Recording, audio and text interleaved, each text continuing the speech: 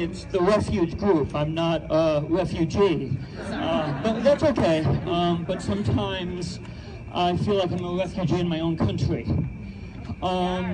First off, I want to say I am an evangelical Christian, and this past year was very, very tough. Watching people claiming to be an evangelical Christian supporting one of the most unchristian men in America broke my heart. And before I say what I was going to say, I do want to say that we cannot return violence with violence.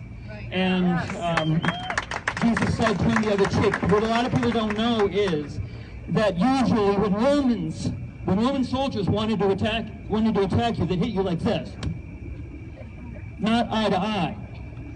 But if you turn the other cheek, you're looking at them face to face, and basically saying, "You have no power over me. Slap me. Do whatever you want to me, but I'm not moving."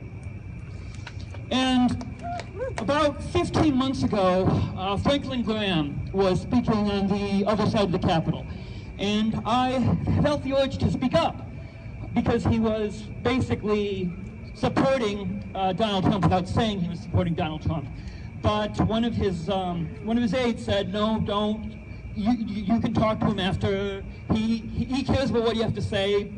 Emailed him, nothing. So if you would allow me, I'd like to say what I want to say to him today, so I can have a voice, if you don't mind. And I am going to quote scripture.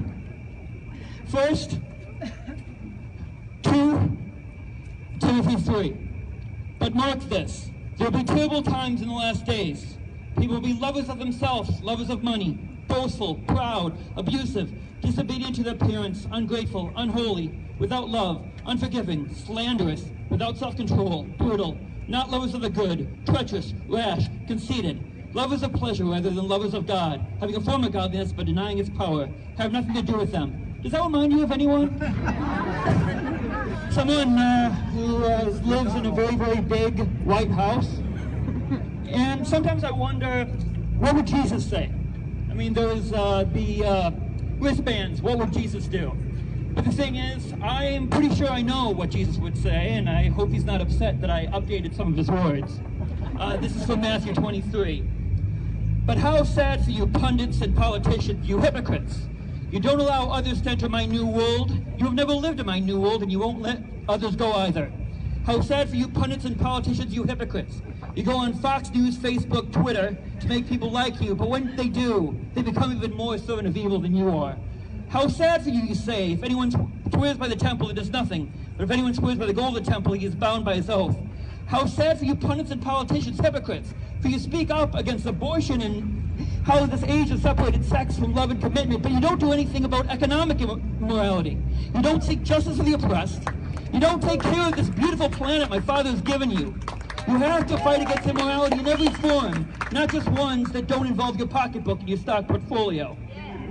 Can't you see how blind you are and how blind you are making others? You swat and kill a fly, but you ignore the wild elephant going amok in your house.